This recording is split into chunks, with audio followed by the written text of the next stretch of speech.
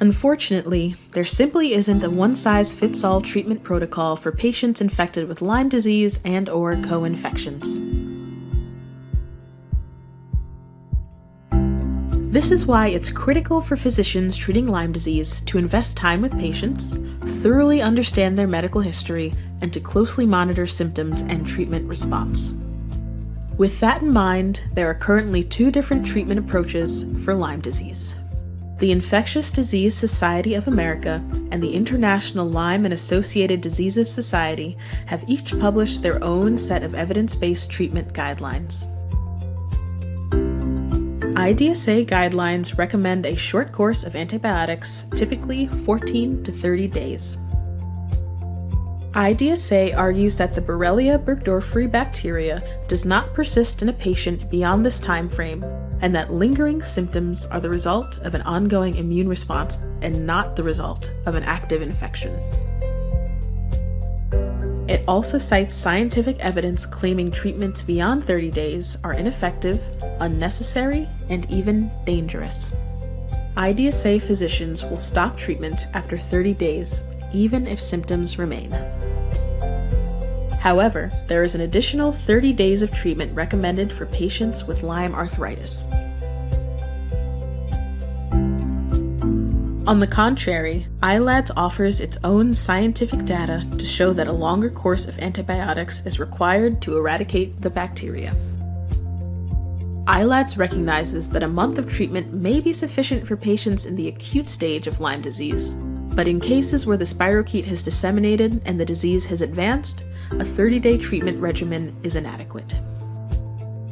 ILADS guidelines recommend additional antibiotics until a patient's symptoms have been resolved.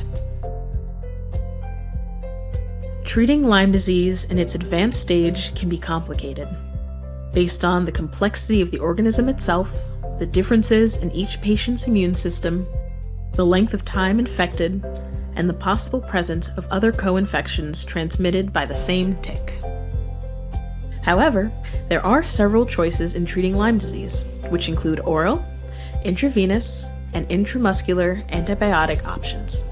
Other options may include sequential antibiotic therapy, higher doses of antibiotics, taking antibiotics for a longer period of time, a combination of antibiotics, retreatment, as well as diagnosing and treating co-infections. Some specific antibiotics used in treating Lyme disease are doxycycline, minocycline, amoxicillin, cefuroxime, azithromycin, and clarithromycin. There are additional actions that may also aid in treating Lyme disease, such as avoiding alcohol, simple and processed sugars, exercising as tolerated, counseling for a Jarisch-Herxheimer reaction, managing symptoms, monitoring and reducing the risk of an adverse event, and reducing stress. However, there is a chance of side effects such as Clostridium difficile-associated diarrhea. It is important to note the possible benefit of taking probiotics when treating Lyme disease. In one study, probiotic use significantly reduced the risk of developing CDAD by 60.5%. Other steps include measures of blood counts, chemistries, and liver function tests. In some cases, a specialist might be advised. Remember, choosing a treatment option should be a shared decision between physicians and their patients. Also, there should be regular follow-up visits to reassess a patient's response to treatment.